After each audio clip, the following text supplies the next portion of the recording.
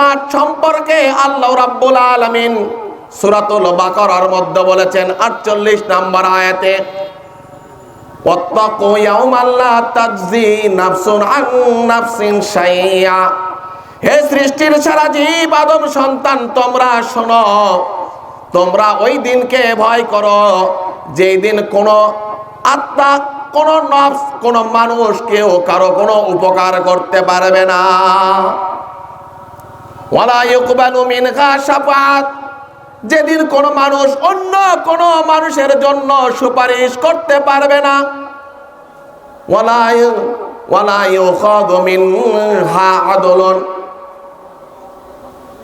যেদিন কোন মানুষের জন্য মুক্তির পয়গাম হিসাবে কোন প্রকার উপঢৌকন গ্রহণ করা হবে না, যেদিন কোন ঘুষ লেনদেন করা হবে না।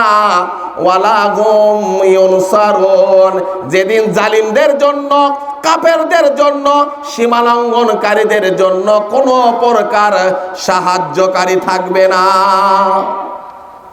থাকবে কি? থাকবে? কাফের মুশরিকদের জন্য সেদিন কোন প্রকার সাহায্যকারী থাকবে না, থাকবে না, থাকবে না। অতএব আদম সন্তান, তোমরা ওই দিনকে ভয় করো যেদিন কোনো প্রকার সাহায্যকারী থাকবে না, যেদিন কোনো ঘুষ লেনদেন হবে না, যেদিন কোনো প্রকার বিনিময় গ্রহণ করা হবে না। সম্মানিত দিনী ভাই, বলছিলাম কিয়ামতের মাঠ জটিল ও কঠিন।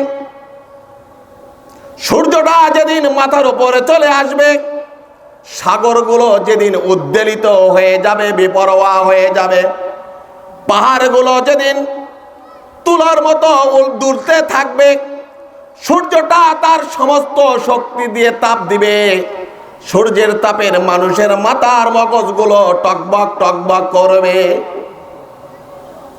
মানুষগুলো ঘামের মধ্যে হাবুডুবু খাবে। কারো ঘাম হবে বুক পর্যন্ত, কারো ঘাম হবে হাঁটু পর্যন্ত, কারো ঘাম হবে পায়ের গোছা পর্যন্ত, পাপের তারতম্যের কারণে।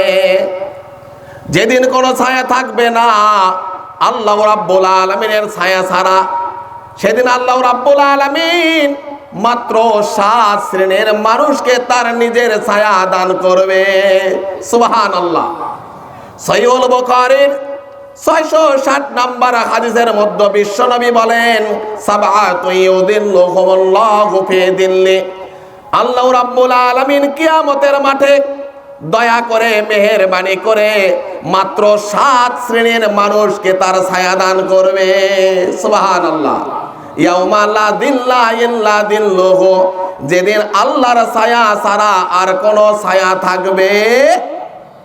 থাকবে কি? আপনার বাড়ির ছাতাটা নিয়ে যাবেন, বড় ছাতা, পারবেন না? বড় মোটা ত্রিফলা নিয়ে যাবেন, সূর্যের তাপ যেন ভেদ করতে না পারে। সম্ভব হবে কি? হবে? হবে না, হবে না, হবে না।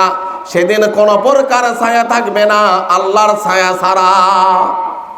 আল্লাহ নবী বলেছেন মাত্র 7 শ্রেণীর মানুষকে তার ছায়া দান করবেন। তার মধ্যে এক শ্রেণীর হলো ইমামুল আদিলুন, ন্যায় পরায়ণ শাসক, ন্যায় পরায়ণ বিচারককে আল্লাহ রাব্বুল আলামিন আরশের ছায়া দান করবে।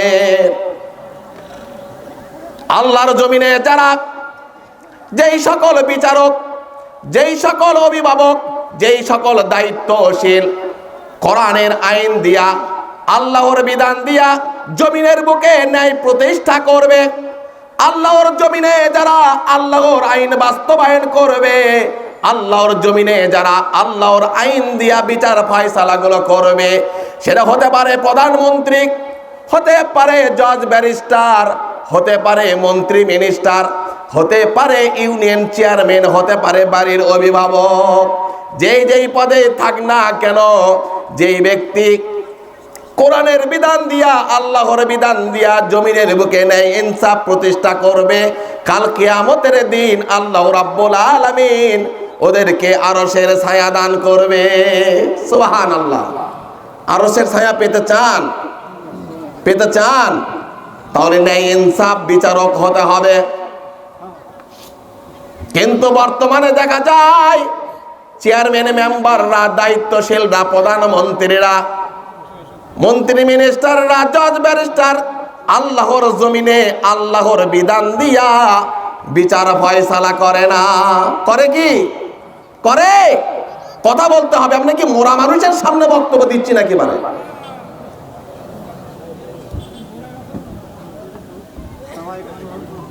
আল্লাহু আকবার।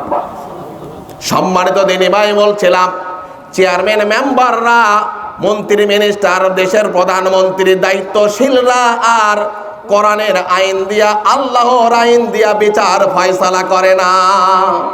অথচ তারা আমাদের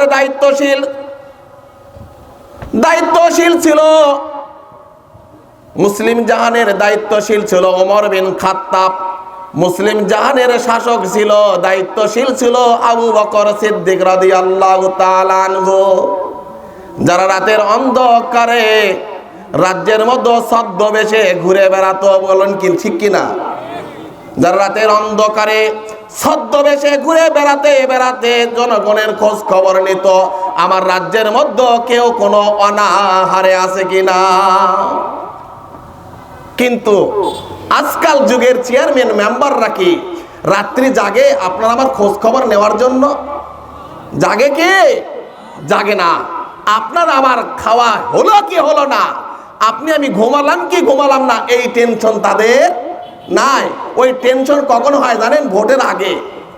এই যে আসবে কিছুদিন ভোট আসবে না, এখনই শুরু হয়ে গেছে। পারলে বাথরুমের কাছে দাঁড়িয়ে থাকে কখন বাড়াবে। আর ওটার পরে কোথায় কখন কি হয়, ওর বাড়ির সামনে গিয়ে ঘন্টার পর ঘন্টা বসে থাকবেন, সাক্ষাৎ পাওয়া যায় না। আল্লাহু আকবার। আল্লাহ রাব্বুল আলামিন তাদেরকে সঠিক বুঝ দান করে দিক, আল্লাহুম্মা আমিন। ভোটের পূর্বে দায়িত্বশীল মাথায় টুপি পরে মসজিদে যায় কি যায় না, গায়ে পাঞ্জাবি পরে, জুব্বা পরে, চোখে চশমা লাগিয়ে ভোটারদের দাঁড়ে চলে যায়। কিন্তু ভোটের পরে তাদেরকে আর চেনার প্রয়োজন মনে করে না, অথচ চেনা দরকার। ভোটের আগেও যেরকম মানুষের দাঁড়ে যায়, ভোটের পরেও তাদের কাছে যাওয়া উচিত। আল্লাহ রাব্বুল আলামিন দায়িত্বশীলদেরকে তাদের দায়িত্ব যথাযথভাবে পালন করার তৌফিক দান করে দিক, আল্লাহুম্মা আমিন। সম্মানিত দিনী ভাই, বলছিলাম চেয়ারম্যান মেম্বার আমাদের দায়িত্বশীল। তাদের প্রত্যেকটা দায়িত্ব সম্পর্কে আল্লাহ রাব্বুল আলামিন কিয়ামতের মাঠে জিজ্ঞাসা করবে। সহিহুল বুখারীর 893 নাম্বার হাদিসের মধ্যে আল্লাহ রাব্বুল আলামিন বলেন, কুল্লুকুম রাইন, তোমরা প্রত্যেকেই দায়িত্বশীল। একজন ইমাম তার মসজিদের দায়িত্বশীল। ওই ইমামকে তার মসজিদের ফতোয়া, তার মুসল্লি সম্পর্কে জিজ্ঞাসা করা হবে। হবে কি হবে না? হবে কি হবে না? ইমাম সাহেব তো মনে করতেছে আমি এই গ্রামের একমাত্র ইমাম, আমি নেতা, আমি যা বলবো সেটাই হবে। চলবে? চলবে? আমি যে ফতোয়া দেব এই ফতোয়াই চলবে। চলবে? একজন মসজিদের ইমাম তার মসজিদের মুসল্লিদের সম্পর্কে জিজ্ঞাসা হবে। একজন মসজিদের সভাপতি, তাকে মসজিদের রক্ষণাবেক্ষণের জন্য জিজ্ঞাসা করা হবে কি হবে না? কোথায় কত টাকা তছরুপ হলো, কোন নির্মাণ হলো কি হলো না, কোথায় মসজিদের বাপটা নষ্ট হয়ে আছে, কোন ছাদ দিয়ে টপ টপ করে মেঝেতে পানি পড়ছে, সভাপতি তুমি জবাব দাও। অনেকে টাকার জোরে বেশি বেশি দান করবে, এই জন্য সভাপতি হয়। অনেকে ক্ষমতার পাওয়ার বলে সভাপতি হয়, অনেকে বংশমর্যাদার পাওয়ারের বলে সভাপতি হয়। কিন্তু কিয়ামতের মাঠে তার দায়িত্ব সঠিকভাবে বুঝিয়ে দিতে না পারলে ওই সভাপতির খবর আছে। এক জায়গায় দেখা গেল দীর্ঘদিন ধরে সভাপতি আছে মসজিদের, হঠাৎ করে গ্রামের লোকজন মনে করেছে একে একটু বাদ দিয়ে পরিবর্তন করে অন্য কাউকে দেওয়া হোক। এইরকম সিদ্ধান্ত হয় না? হয় না? সে সিদ্ধান্ত হয়েছে সভাপতি দায়িত্ব থাকা অবস্থায় মসজিদের 2টি মাইক দিয়েছিল, যেই সভাপতির পদ থেকে তাকে নামিয়ে দেওয়া হয়েছে। মনক্ষুণ্ণ হয়ে বলছে, আমি আর এই মসজিদের সভাপতি নাই, আমি যে ওই মসজিদে 2টা মাইক দিয়েছিলাম ওটা আমাকে এখন ফেরত দাও। আপনাদের এলাকায় কিন্তু এরকম নাই, বাংলার জমিনে আছে। অনেকে আবার মসজিদে দান করে, জমি দান করে, টাকা পয়সা দান করে, বিভিন্ন জিনিসপাতি দান করে। মসজিদের পাওয়ার বলে, যা বলে আমি যা বলবো তাই এখানে হতে হবে, বলেন আস্তাগফিরুল্লাহ। এই জন্য বলছিলাম কিয়ামতের মাঠে মসজিদের যারা সভাপতি থাকবে, মসজিদের প্রত্যেকটা কাজের রক্ষণাবেক্ষণের দায়ভার তার উপর বর্তাবে কি বর্তাবে না? কত টাকা তসরুফ করেছো, কোন বিল মিথ্যাভাবে স্বাক্ষর করেছো, জবাব দাও, নইলে বাটাম হবে। সম্মানিত দিনী ভাই, বলছিলাম একজন চেয়ারম্যান পুরো ইউনিয়নের দায়িত্বশীল। এই ইউনিয়নের কথায় খুন খারাপি হলো, চুরি ডাকাতি হলো, খুন রাহাজানি ছিনতাই হলো, জেনাবে বিচার হলো, চেয়ারম্যান সাহেব জবাব দাও। চেয়ারম্যানের সেদিন কি হবে?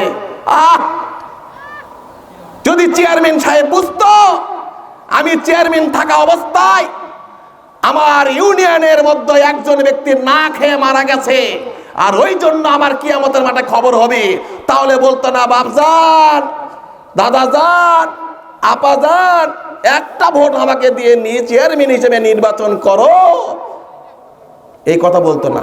আমি তোমাদের সেবা করতে চাই, এই কথা বলতো। চেয়ারম্যান যদি বলতো, বুঝতো দায়িত্ব নেওয়া মানে আমার গলায় ফাঁসির জলি লটকানো, যে কোনো সময়ে ফাঁসির দড়ি আমার গলায় আটকে যেতে পারে। আমার ইউনিয়নে কে না খেয়ে মরবে আমাকে জবাব দিতে হবে। কে খুন করবে, কে চুরি করবে, কে ডাকাতি করবে, আমার একটু অসাবধানতার কারণে, অসচেতনতার কারণে, দায়িত্ব অবহেলার করার কারণে কে কোথায় চুরি করবে, কে কোথায় খুন রাহাজানি ছিনতাই করবে, আমি চেয়ারম্যান হওয়ার কারণে আমাকে জবাবদিহি করতে হবে। একজন মেম্বার যদি বুঝতো আমার ওয়ার্ডের কোথায় কি হলো, অন্যায় হলো, আমাকে আর জবাবদিহি করতে হবে, তাহলে ওই ব্যক্তি কোশ্চেন কালেও দায়িত্বটা চেয়ে নিত না।